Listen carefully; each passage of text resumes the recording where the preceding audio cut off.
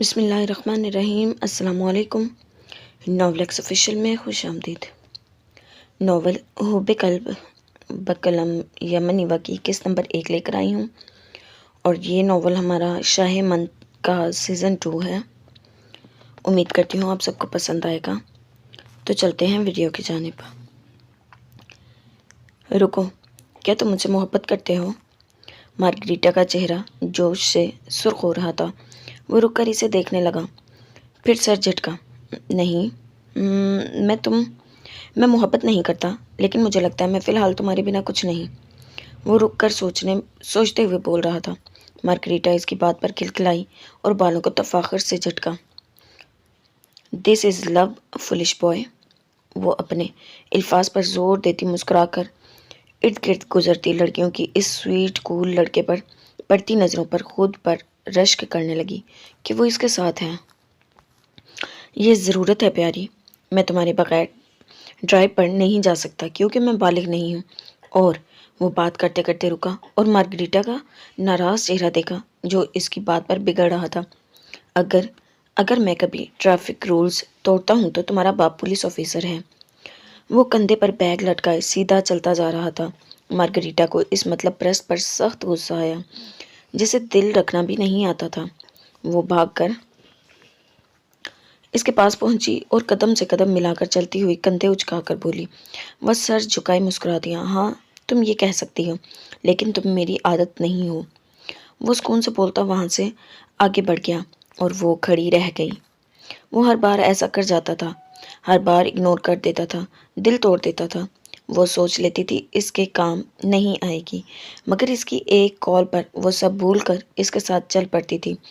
وہ عویم سالک تھا، بمشکل 16 سال کا، مگر انتہا کا مطلب پرست تھا، نرم لہجے میں مطلب کی بات کرنے والا، کام پورا ہو جانے پر روڈ ہو جانے والا لڑکا جو اب بھی بالغ نہ ہونے کی وجہ سے مارگریٹا کو ڈرائیو پر نکل جاتا تھا۔ مارگریٹا 19 سال کی تھی اور اس کا باپ مارسیلس ایک پولیس آفیسر تھا۔ وہ دونوں بچپن سے دوست تھے، مگر اس دوستی میں زیادہ تر ہاتھ مارگریٹا کا ہی تھا۔ وہ اس کے گرے آنکھوں والے لڑکے کی دیوانی تھی اور اس کے ساتھ گھومتی اپنی فرینڈز کے آگے نخرے دکھاتی پھرتی تھی، مگر ان کے درمیان تعلق کی حقیقت بس مارگریٹا تک محدود تھی۔ رہ گیا عویم تو اسے لگتا تھا وہ دنیا کا سب سے اچھا لڑکا ہے۔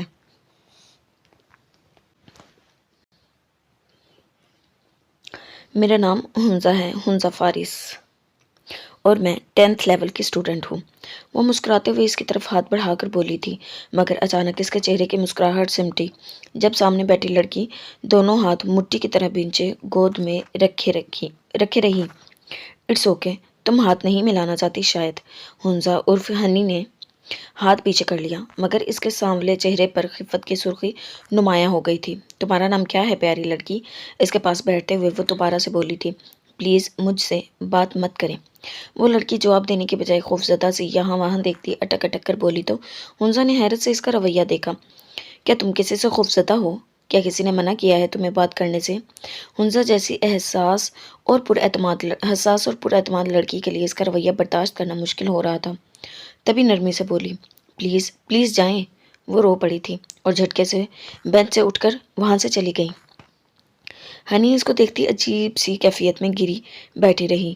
ابھی بمشکل چند ماہ ہی ہوئے تھے کہ وہ ٹرانسفر اسٹوڈنٹ ان کے اسکول میں آئی تھی۔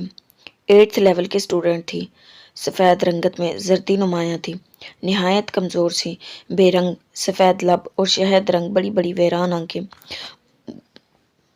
وہ انتہا کی پیاری اور پرکشش تھی، مگر اس کی حالت دیکھ کر لگتا تھا جیسے مر جانے والی ہو۔ ہنزا کو اس کی ایسی بکھری حالت نے متوجہ کیا تھا۔ وہ سانولی سنہری رنگت والی ذہین نرم مزاج لڑکی تھی، سیاہ آنکھیں روشنی سے بھری تھی، نرم گلابی ہونٹ اور پرکشش چہرہ۔ وہ اس لڑکی کو اکیلے دیکھ دیکھ کر تنگ ہو چکی تھی، تبھی آخر آج اس سے بول پڑی تھی۔ اس نے سوچا تھا دوستی کر لے گی، مگر شاید وہ لڑکی کسی سے خوفزدہ تھی۔ ہنزا بینچ پر بیٹھی اسی سوچ رہی تھی جب سامنے اپنے دوستوں کے ساتھ آتے علی پر نظر پڑی۔ نرم مزاج معصوم سی ہنی کے چہرے پر اچانک ہی شرارتی مسکراہٹ آن ٹھہری تھی۔ وہ ایک جھٹکے سے اس کے سامنے جا کھڑی ہوئی۔ فرینڈز سے باتیں کرتا علی رک کر اسے دیکھنے لگا۔ یار تم نے جو شفا کو میسج بھجوایا تھا وہ تو بری طرح لڑنے لگی مجھ سے، کہنے لگی تم جیسا چوزا اسے پسند کرنے کی ہمت کیسے کر سکتا ہے؟ کیا تم نے اس بیچ پر لو یو لکھا تھا؟ How man you are.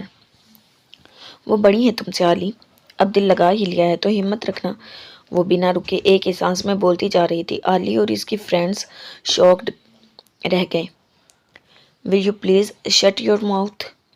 علی نے زب سے لفظ دبا کر اسے غصے سے گھورا تو وہ یوں رکی جیسے اب ہوش آیا ہو، اور تمہارے فرینڈز کے سامنے بول گئی I am sorry Ali, so sorry, okay میں اب چلتی ہوں۔ وہ فوری معذرت کرتی معصوم بننے لگی۔ علی کا جی چاہا اس کی گردن دبا دے یا آج یہ زبان کھینچ ہی لے جس سے وہ طرح طرح کی کہانیاں بنا لیتی تھی۔ گائز آئی واز کڈنگ، ایسا کچھ نہیں کیا علی نے۔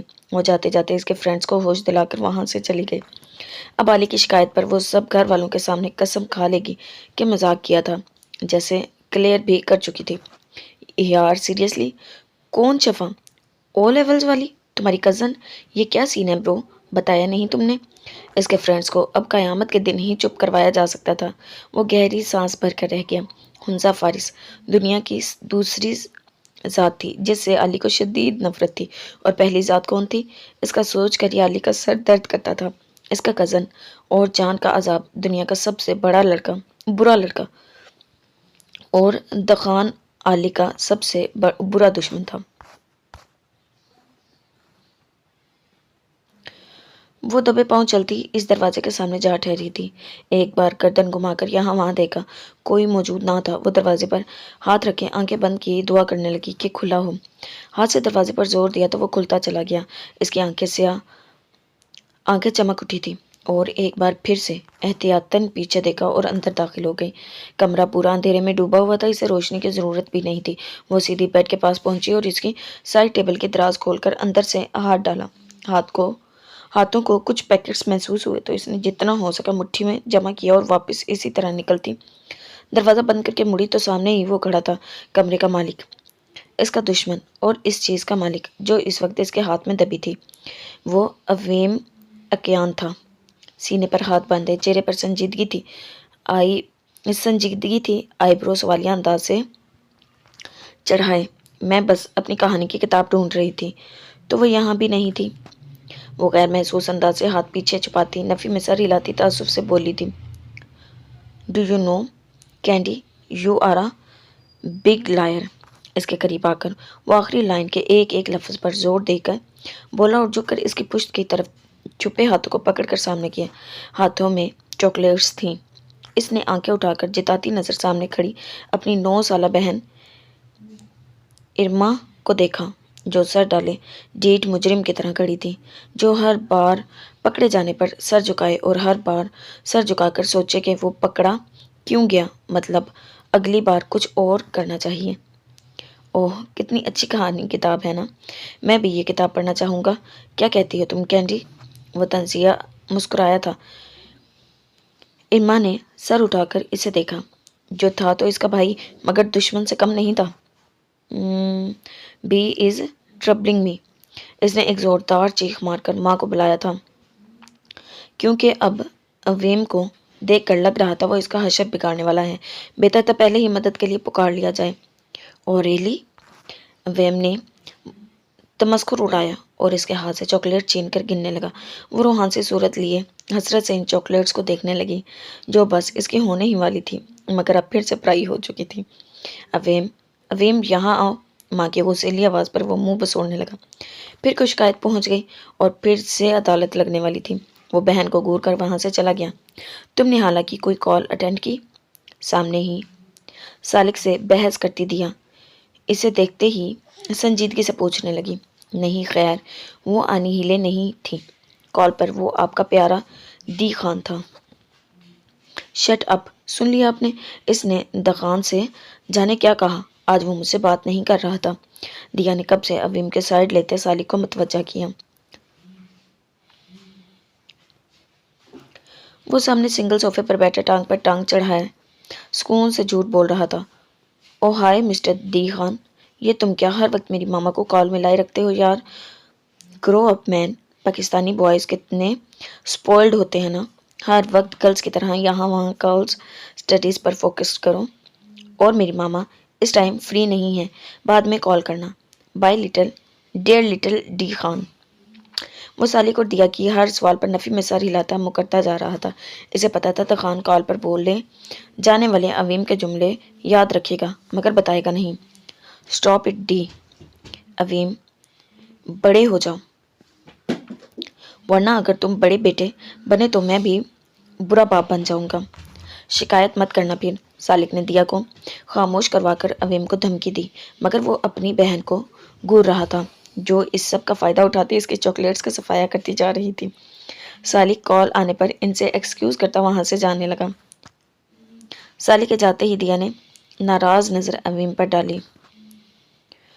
موم، آپ کی بیٹی میرے روم سے چوری کرنے لگی ہے، اب چیک ہر آؤٹ، یہ اب بھی میرے روم سے اٹھائی چاکلیٹس کھا رہی ہے۔ وہ ماں کو بہن کی طرف متوجہ کرتا آرام سے بات بدل چکا تھا۔ ارما، یہ کیا حرکت ہے، ابھی رکھو یہ سب، اور اب 3 دن تم چاکلیٹس نہیں کھاؤ گی، اب تم بچی نہیں ہو۔ دیا اس کو ڈانٹ رہی تھی اور اویم اٹھ کر اپنے روم میں جا چکا تھا۔ ارما رونی صورت بنائے باپ کے فری ہو کر آنے کا ویٹ کر رہی تھی، جو آ کر اسے ماں کی ڈانٹ سے بچا لیتا تھا۔ ہر بار کہا تھا نا اگر یہ اپنی زبان کو بند رکھے گی تو پڑھاؤں گا، مگر یہ اب لڑکیوں سے بات کرتی ہے، میرے بارے میں ہی بتائے گی۔ یہ ماں کی طرح موقع پرست ہے، بدذات۔ مہنگے لباس میں موجود انسان منہ سے غلاظت اگل رہا تھا۔ وہ سہم کر ایک کونے میں کھڑی کپ کپا رہی تھی۔ بولو، کیا بکواس کی ہے میرے بارے میں؟ میرا نام بتایا؟ وہ حلق کے بل چیخا تھا۔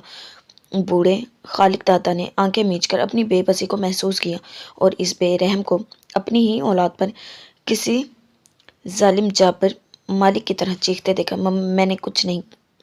اس کے سہم میں ٹوٹے الفاظ تھپڑ کی گونج میں دب کر رہ گئے تھے۔ وہ جلتے گال پر ہاتھ رکھے قریبی تخت پر منہ کے بل جا گری تھی۔ خالق دادا نے تڑپ کر اس معصوم کو دیکھا اور ایک فریادی نگاہ اس پتھر دل انسان پر ڈالی جو تنفر سے اسے دیکھ رہا تھا۔ جھٹکے سے پلٹ کر خالق دادا کی طرف متوجہ ہوا۔ یہ تو میں پتہ کروا لوں گا اس نے اس لڑکی سے کیا کیا بکواس کی۔ اگر مجھے کچھ ایسا ویسا پتہ چلا تو میں خود زبان بند کروں گا۔ عزت راس نہیں تم لوگوں کو۔ وہ دھمکی دے کر ایک نگاہ بھی بیٹی پر ڈالے بنا وہاں سے نکلا اور مہنگی گاڑی میں بیٹھ کر وہاں سے چلا گیا۔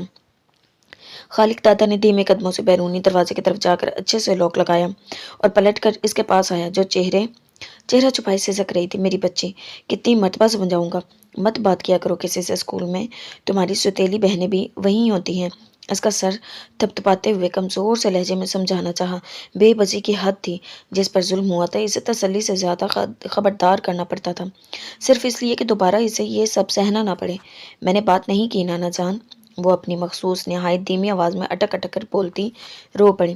گال پر گرنے والے آنسو بھی جلن پیدا کر رہے تھے، منہ میں خون جمع ہو رہا تھا اور وہ بس روئے جا رہی تھی اپنی بے گناہی اور بے بسی پر۔ خالق دادا نے اسے سینے سے لگا کر دلاسا دیا۔ یہ ہر وقت کا ہی قصہ تھا، وہ اپنے ہی باپ کے لیے بے زبان جانور جیسی تھی۔ اسے صفائی کا موقع کم ملتا تھا اور الزام زیادہ لگا دیا جاتا تھا۔ اس کی ہر غلطی کی سزا مار کر دی جاتی تھی اور یہ سب کرنے والا واحد انسان سگا باپ تھا اس کا۔ اس کے علاوہ تو وہ اس کے خاندان سے ملی ہی نہ تھی کبھی۔ نانا نے پالا تھا اور ماں کی موت سے زیادہ قتل تھی، مگر ماں کے زندہ ہوتے ہوئے بھی وہ دونوں نانا کے پاس تھی۔ نانا کے گھر پیدا ہوئی اور وہیں پلی بڑھی۔ نانی جان پہلے ہی وفات پا چکی تھی اور ماں تب مری جب وہ 5 سال کی تھی۔ فرق اتنا تھا، ماں جب تک زندہ تھی وہ مار کھاتی تھی، اب ہر بار اسی طرح اس کے بعد اس کی باری آ گئی تھی۔ اس کا باپ کبھی ملنے نہیں آیا تھا، وہ بس تب آتا جب اس سے کوئی غلطی سرزد ہوتی۔ وہ آگے ہی سزا دیتا، دھمکیاں دیتا اور چلا جاتا۔ وہ ہر بار وہ ایک ہی بات سوچتی تھی کہ کاش وہ یتیم ہوتی اور اس کا باپ نہ ہوتا۔ جانے اس شخص کی کیا مجبوری تھی کہ وہ اتنا تنگ ہونے کے باوجود تعلق جوڑے ہوئے تھا۔ اس کے باپ نے اسے کبھی دل سے قبول کیا نہیں تھا، کیوں نہیں کیا تھا، اور کبھی پیار کیوں نہیں دیا؟ یہ وہ سوال تھے جن کے جواب نانا جان نے کبھی نہیں دیے تھے۔ وہ بس یہ سوال پوچھنے پر نظریں چراتے رہ جاتے۔ شام تک وہ اسی طرح نانا کی گود میں منہ چھپائے سسکتی رہی اور پھر مغرب کی اذانوں پر اٹھ کر نانا کی ساتھ نماز پڑھی اور رات کا کھانا بنانے چلی گئی۔ جس کو سخت رویے اور بے رحم مار بچپن سے تحفتاً ملتی آئی ہو، وہ بچے اسی طرح پتھر ہو جایا کرتے ہیں۔ وہ بھی پتھر بن چکی تھی۔ تم نے ہنی سے کہا کہ تمہارا مجھ پر کرش ہے؟ شفا اس کا راستہ روکے کھڑی اسے گھور رہی تھی۔ دخان کا سر چکرا گیا۔ ایک نیا ڈرامہ۔ میں کیوں؟ میں تم سے کتنی بڑی ہوں اندازہ ہے تمہیں؟ تم اتنے لوفر کب سے ہو گئے؟ پورے خاندان کی سب لڑکیاں چھوڑ کر میں ہی نظر آئی؟ کیوں؟ وہ عام حالات میں اپنے آپ کو حسین سمجھ کر غرور کرنے والی اس وقت اتنا کیوں تپ رہی تھی؟ دخان کو سمجھ نہ آئی، مگر اس کی وضاحت سنے بنا وہ بولتی جا رہی تھی۔ وہ بے چارگی سے دیکھتا رہا۔ اس نے جھوٹ بولا ہے شفا، میں نے یہ بات کبھی نہیں کی، آپ کے لیے تو کبھی نہیں۔ دخان صفائی دینے کے چکر میں الٹا بول گیا۔ وہ اسکول سے تھکا ہوا آیا تھا، اسے بس جلد از جلد اپنے روم میں جا کر فریش ہونا تھا، مگر شفا کو دیکھ کر لگتا تھا وہ اچھی خاصی بحث کرنے والی ہے۔ کیا مطلب ہے تمہارا؟ How day you! ایک طرف تم کہتے ہو میں کرش ہوں اور میرے سامنے یہ بکواس! شفا کی سفید رنگت میں سرخی نمایاں ہونے لگی تھی۔ اس سے پہلے کہ وہ دخان پر اپنے لمبے ناخنوں سے حملہ کرتی، نویان کے آنے پر فوری سیدھی ہوئی۔ دخان کتنی مرتبہ کہا ہے پہلے یونیفارم چینج کیا کرو پھر کوئی اور کام۔ اریٹیٹ نہیں ہوتے لیزی بوائے؟ کالج کے یونیفارم میں تھکن زدہ چہرہ لیے نویان کے ماتھے پر بکھرے براؤن بال دیکھ کر شفا کا دل زور سے دھڑکا تھا۔ میں کر لیتا اگر یہ میرا راستہ چھوڑ دیں۔ اسکول میں بھی آتے جاتے ان لوگوں سے واسطہ پڑتا ہے، گھر آ کر بھی ان کی ناراضگیاں ختم نہیں ہوتی۔ دخان چڑچڑے لہجے میں بول رہا تھا۔ سیڑھیاں چڑھتا نویان رک کر اسے دیکھنے لگا، پھر شرمندہ کھڑی شفا کو دیکھا اور ان کے پاس آیا۔ کیوں؟ کیا ہو گیا ہے پھر سے؟ وہ سمجھ گیا پھر سے کوئی جھگڑا ہو رہا تھا اور شفا اور دخان میں جب تک کوئی تیسرا انوالو ہو کر چپ خاموش نہ کروائے دونوں کا جھگڑا کئی دنوں تک چلتا رہتا تھا۔ اس نے ہنزا کے تھرو مجھے میسج بھیجا کہ اس کا مجھ پر کرش ہے۔ میری فرینڈز بھی تھیں۔ اتنی شرمندگی ہوئی مجھے، 2 سال چھوٹا ہے اور حرکتیں دیکھیں اس کی، شفا نے رونی صورت بنا کر بتایا۔ نویان نے حیرت سے دخان کو دیکھ کر مسکراہٹ دبائی جو گلابی ہوتی آنکھوں سے شفا کو گھور رہا تھا۔ آپ بھی تو 2 سال چھوٹی ہیں نویان بھائی سے، آپ بھی تو لائک کرتی ہیں انہیں۔ دخان نے بھی نویان کے سامنے اس کا راز فوش کیا تو وہ گھبرا گئی۔ دخان شٹ اپ، تم اپنی حرکت کا جواب دو۔ نویان نے اسے ٹوک کر اس کی بات کو اگنور کر دیا۔ اس ہنزا کا میرے ہاتھوں مرڈر ہو جائے گا، میڈیا میں جاب کرے گی، دیکھنا۔ اتنی فل پروف پلاننگز کر کے رومرز پھیلاتی ہے کہ وہ ایڈیٹ۔ میں نے ایسا کچھ نہیں کہا تھا، ایسا کبھی سوچا؟ دخان زچ ہو کر بولتا، ہنزا کا نام چبا چبا کر بولا تھا، سامنے ہوتی تو گردن دبا دیتا۔ میڈیا میں اتنی ڈارک گرل، سیاہ رنگ لڑکی کو کون جاب دے گا؟ شفا نے ہنزا کی سانولی رنگت پر تمسخر اڑاتے ہوئے کہا۔ نویان نے تعصب سے اسے دیکھا۔ علی، تم ہر بات پر ہنزا کا نام لے لیتے ہو، شرم کرو یار، بڑے ہو جاؤ اب، وہ بھی تم سے بڑی ہے، اب بات ختم کرو، آئندہ ایسے پرینکس نہیں کرنا۔ نویان نے بات ختم کر کے شفا کو ایک نظر دیکھا اور قدم آگے بڑھائے۔ دخان بھی اس کے ساتھ آگے بڑھا۔ وہ مجھ سے 4 ماہ بڑی ہیں، اس لڑکی کی عزت کرنے سے اچھا ہے میں مر جاؤں۔ وہ آپ نے شفا کی بات گول کر دی، وہ واقعی آپ کو لائک کرتی ہے اور میں تو کبھی ایسی لڑکی کا کرش نہ بنوں۔ ایروگینٹ اور اتنی ال مینرڈ ہیں شفا۔ نویان کے ساتھ کمرے میں جاتے تک وہ بنا رکے بولتا جا رہا تھا۔ نویان اپنے روم میں پہنچ کر رکا اور اس کے آگے ہاتھ جوڑ دیے۔ اوکے، تم نے کچھ نہیں کیا، آج بہت ٹائرڈنگ ڈے تھا علی، سو پلیز مجھے ریسٹ کرنا ہے۔ ماما سے کہنا لنچ کر چکا ہوں کالج میں۔ وہ بات مکمل کرتے ہی دروازہ ٹھک سے بند کر گیا تھا۔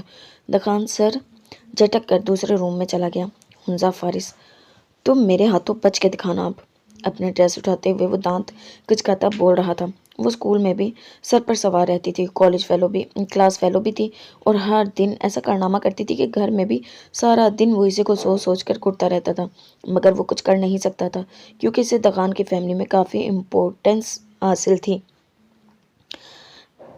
دیالا بول بول کر تھک چکی تھی۔ جب سانس بحال کرتے ہوئے سامنے دیکھا تو سالک، اویم اور ارما منہ کھولے اسے یوں دیکھ رہے تھے جیسے وہ روبوٹ ہو یا کوئی بالکل پہلی دفعہ سامنے آنے والی چیز جسے دیکھنا اور جانچنا ضروری ہو۔ چلو بیٹی، وہ بس فضول بول رہی تھی، سالک نے یوں سکون سے کہا جیسے یہ بڑی بات نہ ہو۔ آج اویم سے کانٹیکٹ نہ ہونے پر مارگریٹا گھر آ گئی تھی اور دیا کے پوچھنے پر کہ کوئی ضروری کام تو نہیں۔ وہ بولی تھی اویم اس کا بوائے فرینڈ ہے اور اس کا یوں غائب ہونا اسے پریشان کر دیتا ہے۔ دیا کا تب سے غصے سے برا حال تھا اور اب جب وہ سب بتا رہی تھی تو اس کے بچوں اور سالک کو پرواہ ہی نہ تھی۔ کیسے بول سکتی ہے فضول؟ وہ اتنے اعتماد سے جھوٹ بول گئی۔ اویم سچ سچ بتاؤ مجھے، کیا ریلیشن ہے اس سے تمہارا؟ دیا نے رخ کب سے لاپرواہ بنے بیٹے کی طرف موڑ کر پوچھا۔ She is my girl friend. She is right mummy. اویم کے جملے پر سالک نے نفی میں سر ہلائے۔ وہ جانتا تھا اب اویم بات کو بڑھاوا دے گا، جانے اسے بے سکون کر کے کیا سکون ملتا تھا۔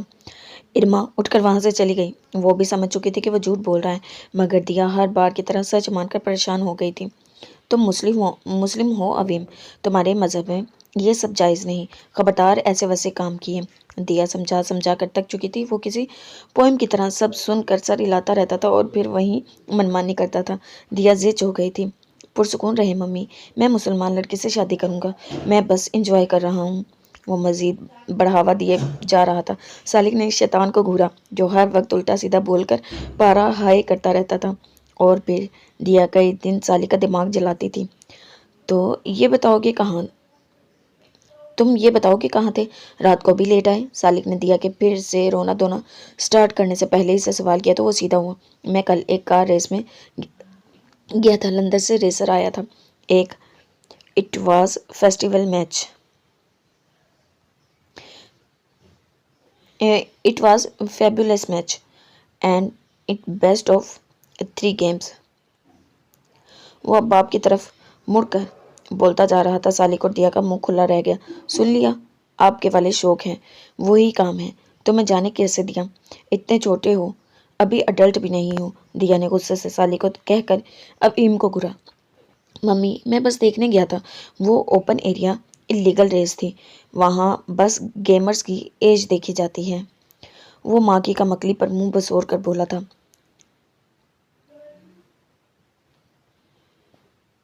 سالک نے نہایت سنجیدگی اور سخت لہجے میں اویم کو تنبیہ کی تو وہ باپ کا چہرہ دیکھنے لگا۔ اوکے، نہیں جاؤں گا، بس میں تو کیوریس تھا۔ وہ کار ریس فارمولائی کا روز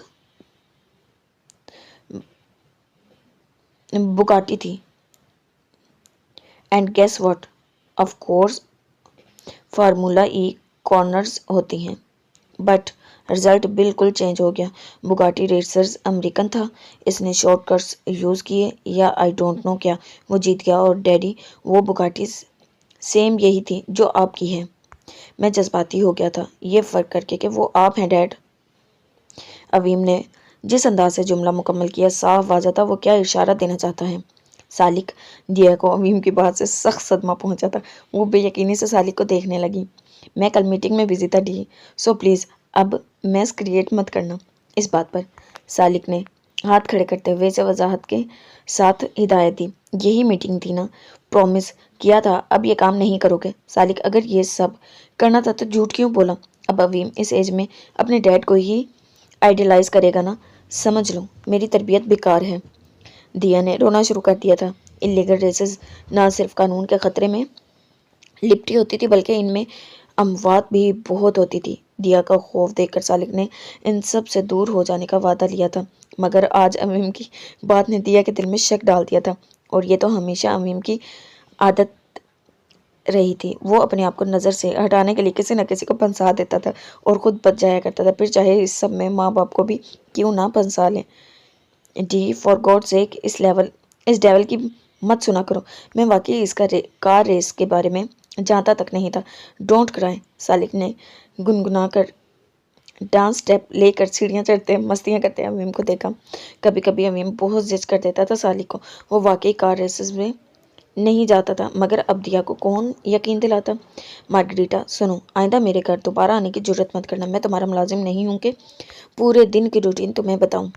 اپنے کمرے میں آتے ہی اویم نے مارگریٹا کو کال کر کے بیزاری سے کہا اور سیل فون آف کر کے دور بیڈ پر پھینکا۔ اس کے سفید رنگت میں گلا سنہری پن اس وقت سرخیاں جھلکا رہا تھا۔ مغرور ناک پر سجی 2 گہری چمکتی گرے آنکھیں اس وقت مسکرا رہی تھی۔